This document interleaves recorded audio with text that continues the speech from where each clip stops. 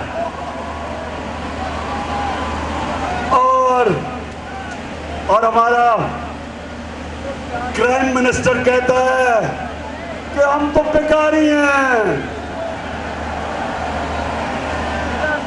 اب مجھے یہ بتاؤ، اب یہ ذرا پاکستانی یہ بتاؤ، کہاں قائد اعظم محمد علی جناح، کہاں پاکستان کا نعرہ کہ پاکستان کا مطلب کیا، اور کہاں یہ امریکہ کے غلام، امریکہ کے جوتے پالش کرنے والے کہتے ہیں ہم امریکہ کے بغیر زندہ نہیں رہ سکتے۔ تو میں آج اب سب کے سامنے دیکھیں پاکستانیوں، آج میں پیغام سب کو دینا چاہتا ہوں کہ اگر کسی کا یہ خیال ہے کہ ہماری خوددار اور غیرت مند قوم ان کو مان جائے گی جو پیسے کے بت کی پوجا کرتے ہیں، پاکستانیوں ایک بات سنو، میں ذرا غور سے آخر یہ شروع میں میری بات سنو، ابھی اور باتیں کرنی ہے۔ میں جب اس دنیا سے جاؤں گا، میں اپنے اللہ کے سامنے جب جاؤں گا تو میں صرف ایک چیز چاہتا ہوں کہ میں یہ چاہتا ہوں کہ جب میں دنیا سے جاؤں تو میرے جو نوجوان ہیں، میری قوم، وہ لا الہ الا اللہ کا مطلب سمجھ جائے۔ لا الہ الا اللہ کا مطلب، اس کا یہ مطلب ہے کہ اللہ تیرے سوا میں کسی کے سامنے نہیں جھکتا۔ اس کو بھی سمجھ جاؤ، بت صرف مٹی کے نہیں ہوتے، یہ نہیں کہ مورتی ایک بت ہو اور اس کی صرف پوجا کرنا شرک ہے۔ جو چیز جدھر آپ اپنے ضمیر کی قیمت لگا دیتے، جدھر آپ اپنے ضمیر کو بیچتے ہیں، وہ شرک ہے۔ جدھر سچ اور حق کے راستے میں آپ کوئی بھی چیز لے آتے ہیں، وہ شرک ہے۔ سب سے بڑا بت، پاکستانی اور نوجوانوں سن لو، سب سے بڑا بت خوف کا بت ہے۔ خوف لوگوں کو غلام بنا دیتا ہے۔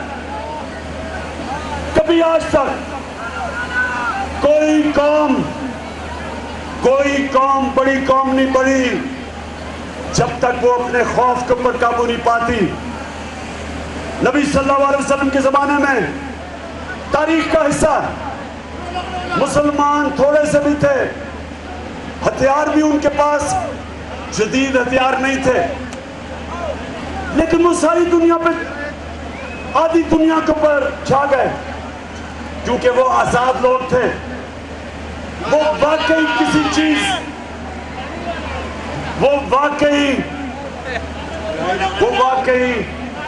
کسی قسم کا شرک نہیں کرتے تھے۔ پیسے کا بت ہے، لوگ پیسے کے سامنے اپنا ضمیر بیچ دیتے۔ نوکری، اپنی نوکری بچانے کے لیے اپنا ضمیر بیچتے ہیں۔ وہ جو پولیس والے اور وہ رینجرز جنہوں نے عورتوں بچوں کے اوپر شیلنگ کی، انہوں نے اپنی نوکری کو اپنے ضمیر سے آگے رکھا۔ کوئی قانون اجازت نہیں دیتا کہ اب عورتیں بچوں کے اوپر ظلم کریں، کوئی قانون اجازت نہیں دیتا، لیکن ان کو خوف تھا کہ میری نوکری نہ چلی جائے۔ ان کو یہ خوف تھا کہ میری نوکری نہ چلی جائے، اپنی نوکری بچانے کے لیے وہ اپنا ضمیر سوت کب بیچتے ہیں. نوجوانوں، جس دن آپ لا الہ الا اللہ کا مطلب سمجھ گئے، آپ کی پرواز اوپر ہونی شروع ہو جائے گی. اب سنیں، میں یہ چاہتا ہوں کہ میری قوم خوددار ہو، میری قوم اپنے پیر پہ کھڑی ہو، میری قوم کبھی کسی ملک کے سامنے ہاتھ نہ پھیلائے. وہ ذرا شہباز شریف کا پھر سے وہ دکھانا، پہلے وہ دکھانا، ذرا پھر سے دکھانا. جب میں آیا ہوں تو آپ سمجھیں کہ شاید یہ مانگنے آیا ہے. میں مانگ نہیں آیا لیکن مجبوری ہے. سنیں میری بات. جب آپ کا پرائم منسٹر اس طرح ہاتھ پھیلاتا ہے تو یہ ساری قوم کو ذلیل کرتا ہے. ساری قوم کو ہر ایک پاسپورٹ کی کہیں دنیا میں عزت نہیں ہے جب ایک قوم خود ہی پرائم منسٹر کہتا ہے ہم تو بیکاری ہیں.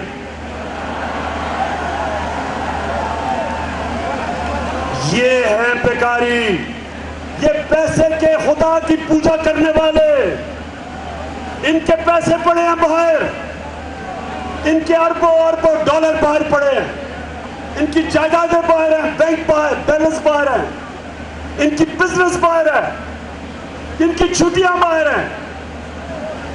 ان کے بچے بیٹے کہتے ہیں، 3 دفعہ پرائم منسٹر ہے، بیٹے کہتے ہیں جی ہم تو پاکستان کے شہری نہیں، ہم تو برطانیہ کے شہری ہیں. بیٹے ایسے کہتے ہیں جیسے یہ برطانیہ کی مالکہ کے گھر میں پیدا ہوئے ہیں، گوال منڈی میں نہیں پیدا ہوئے.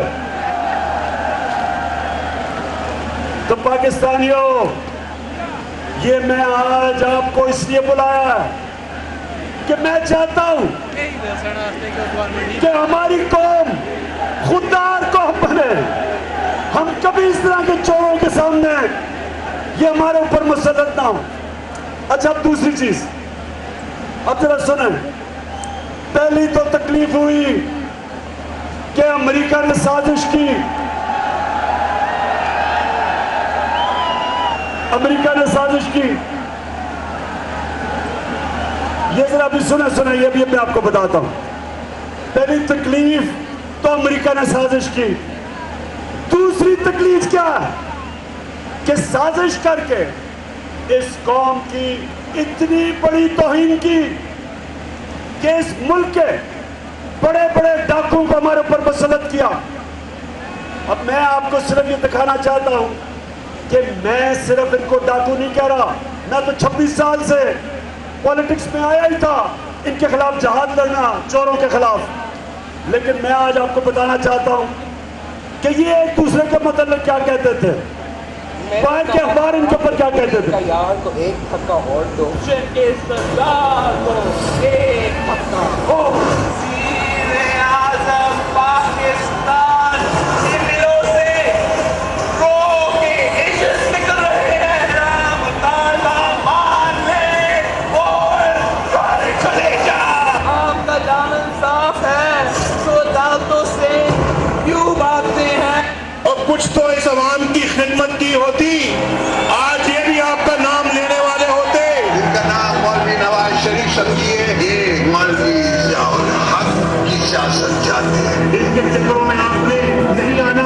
سوچ تو صرف لوہار کی ہے. اپنے گریبان میں جھانکنے والی باتیں. آپ سے کوئی نہیں ہوتا سوائے پائے کھانے کے، سوائے روٹیاں توڑنے کے. اور تمہارے ساتھیوں کو اسی چوک پر الٹا لگائیں گے اور تم سے قوم کی